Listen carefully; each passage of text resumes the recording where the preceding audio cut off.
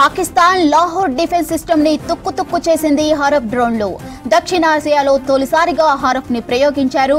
గగనతల రక్షణ వ్యవస్థలు, రాడార్ కేంద్రాలపై దాడికి హరఫ్ డ్రోన్ బ్రహ్మాస్త్రం. ఇజ్రాయెల్ తయారు చేసిన దీర్ఘశ్రేణి లాయిటరింగ్ మ్యునిషన్ హరఫ్ నిన్న పాకిస్తాన్ కు చెందిన సర్ఫేస్ టు ఎయిర్ టార్గెట్లను ఛేదించే మధ్యంతర శ్రేణి క్షిపణి వ్యవస్థ HQ-16 లోని LY-80 రాడార్ కేంద్రాలను ఈ డ్రోన్లు ధ్వంసం చేసినట్లు తెలుస్తోంది. హరఫ్ దీర్ఘశ్రేణి స్టాండప్ లాయిటరింగ్ అటాక్ ఆయుధ వ్యవస్థ.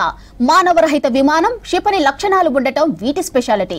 శత్రువుల రాడార్ వ్యవస్థలు, ట్యాంకులు, డిఫెన్స్ సిస్టమ్ వ్యవస్థలను ధ్వంసం చేయడానికి ఇవి చాలా ఉపయోగపడతాయి.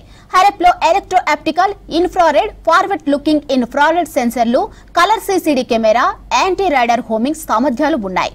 టార్గెట్లపై హరఫ్ 9 గంటల పాటు ఎగురుతుంది. తనకు కావాల్సిన పూర్తి నిఘా సమాచారాన్ని సేకరిస్తుంది. హరఫ్ సమాచారంతో లక్ష్యాలను ఈజీగా ఛేదించడానికి పక్కా ప్లాన్ చేసుకోవచ్చు. ఇక గగనతలంతో అద్భుత విన్యాసాలు చేస్తుంది. పరిస్థితులకు అనుగుణంగా ఏ రూట్లోనైనా టార్గెట్ పై విరుచుకుపడుతుంది హరఫ్. హరఫ్ ఎవరికి చిక్కదు, ఏ రాడార్ వ్యవస్థకు అందదు.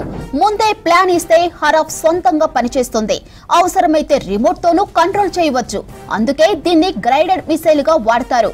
కావాలనుకుంటే లాస్ట్ మినిట్ లోనూ టార్గెట్ రీచ్ తో విత్డ్రా చేసుకోవచ్చు. హరఫ్ ను ఎలాంటి వెదర్ లోనైనా ప్రయోగించవచ్చు. ఎక్కడి నుంచైనా ఎక్కుపెట్టవచ్చు. ప్రత్యేక కంటైనర్లు, ట్రక్కులు, యుద్ధనౌకల నుంచి వీటిని నింగిలోకి పంపవచ్చు. శత్రు రాడార్లకు అంత సులువుగా దొరకకుండా స్టెల్త్ టెక్నాలజీతో హరఫ్ ని తయారు చేశారు. యాంటీ రేడియేషన్ సామర్థ్యం దీని సొంతం. హరఫ్ పరిధి 1000 కిలోమీటర్లు. ఇక రాత్రి పగలు తేడా లేకుండా పనిచేసే అద్భుత అస్త్రం హరఫ్.